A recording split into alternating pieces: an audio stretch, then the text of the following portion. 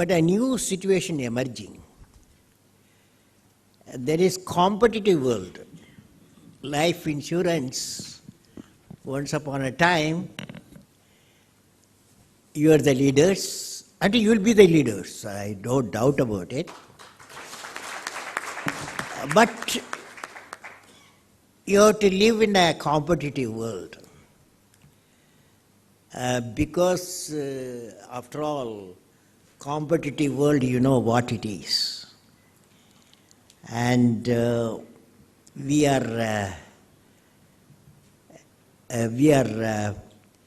competitors for people of India.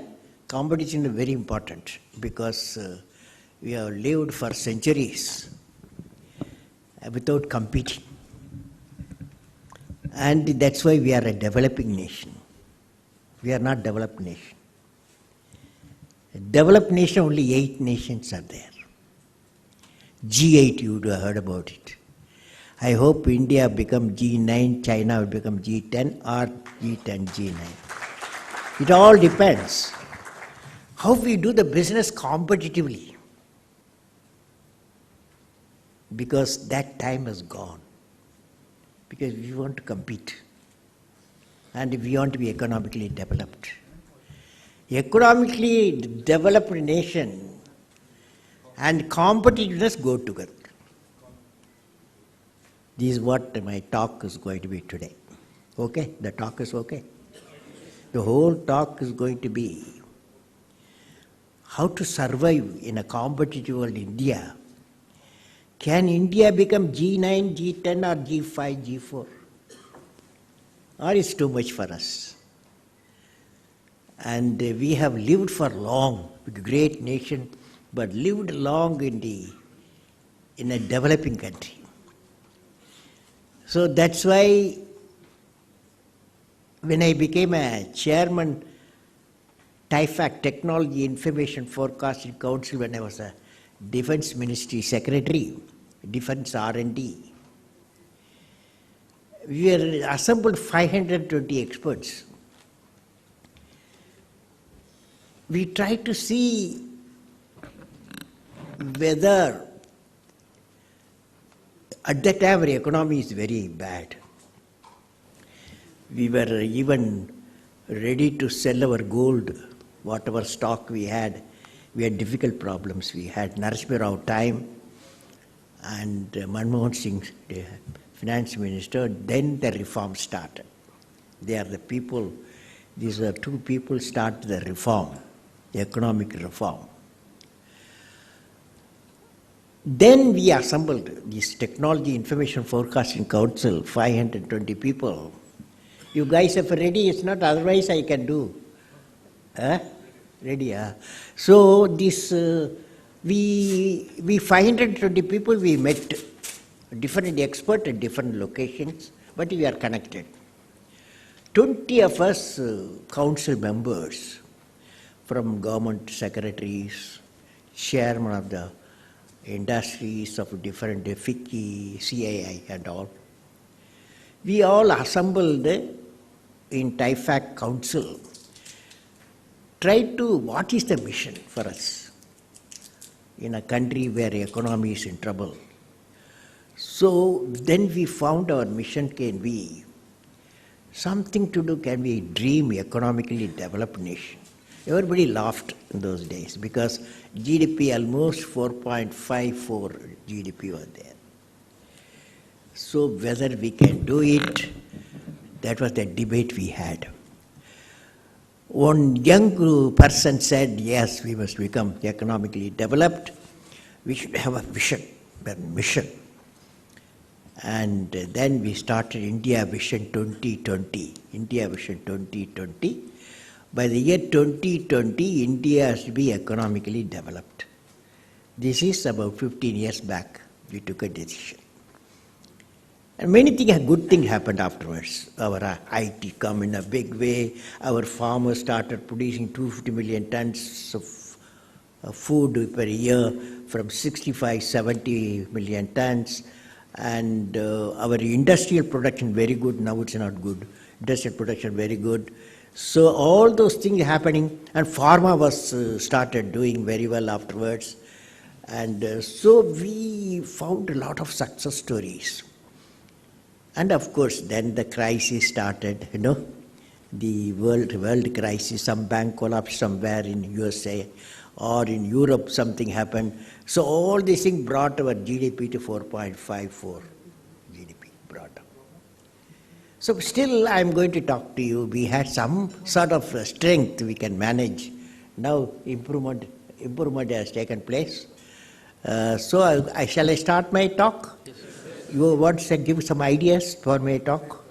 You can, since you heard me. I am going to talk to you. The subject I am going to take is the competitive India. How you can play a role because you are a big economic center. You are helping the government economically.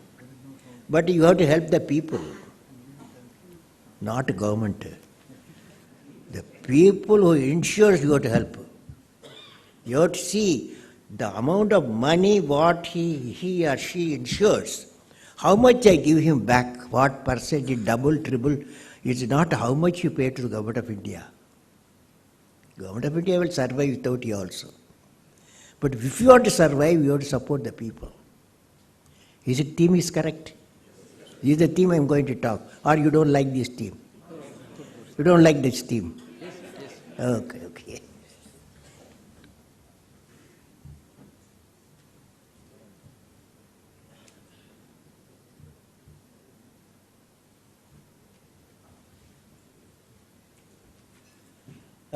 Friends, good afternoon to all of you. And I am indeed delighted to address at the annual conference of All India Senior Divisional Managers of LIC.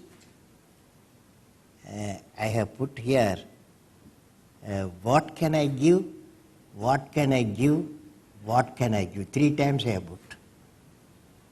That's a motto of LIC. What can I give, what can I give? Reverse of what can I give, what is that? Reverse, what can I? That is the trouble India is going through. So, your mission is what can I give? LIC mission is what can I give? Not what can I take. That's a bad mission. So friends, my greetings to all the senior divisional managers and also other dignitaries who assembled here from Life Insurance Corporation of India and guests and special invitees. I understand that LIC of India is the largest insurer in the country, serving more than 30 crores of policies, having a life fund of 16.07 lakh crore.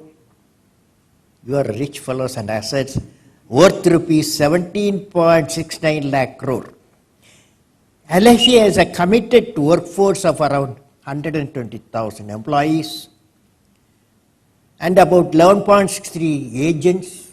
They are the connecting fellows and who strive to continuously serve the customer better and better.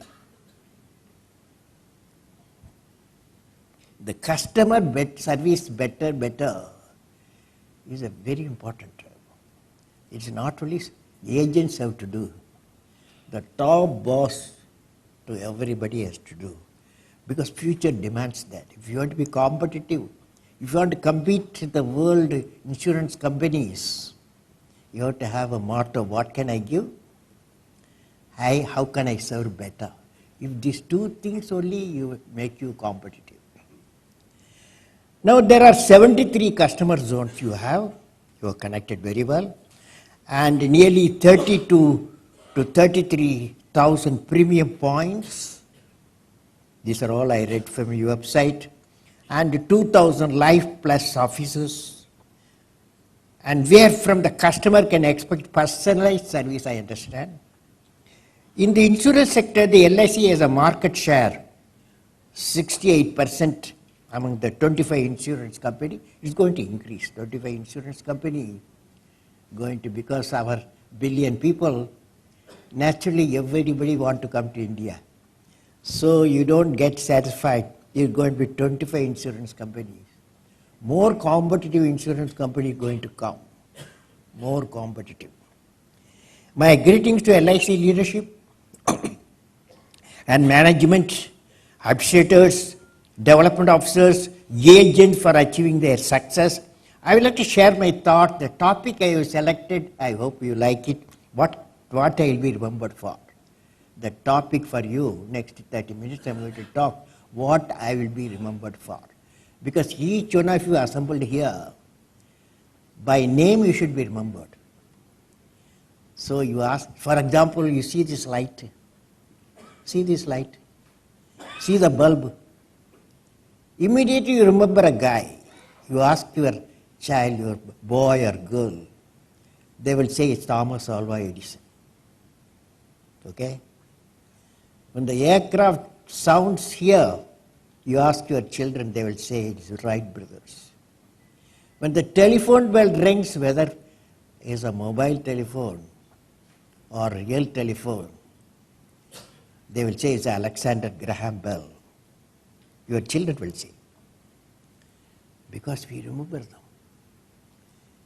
They have given us. Same thing the Indian scientist. One Indian scientist asked a question. He traveled 1920s. He traveled from London to Calcutta.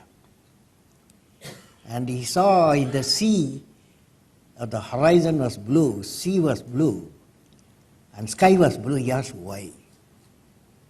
Of course, he has to do the research for 9 years.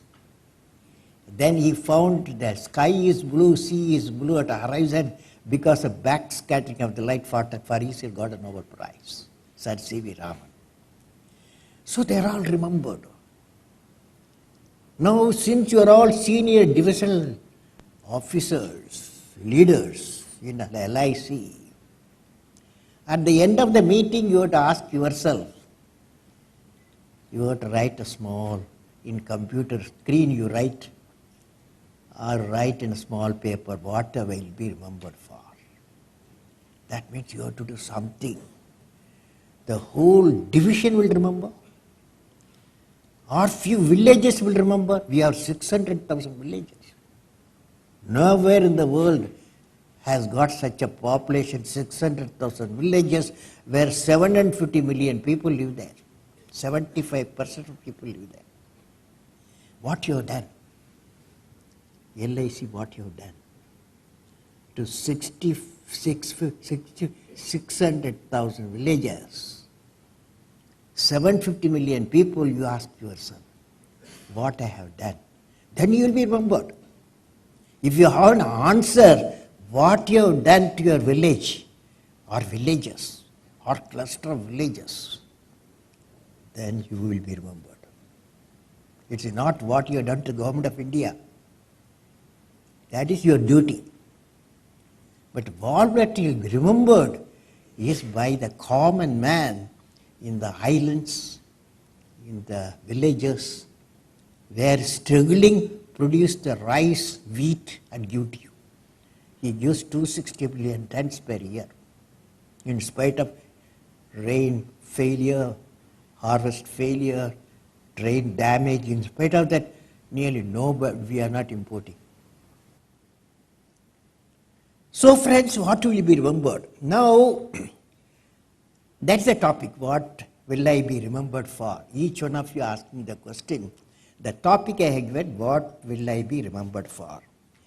Now friends, now I would like to talk about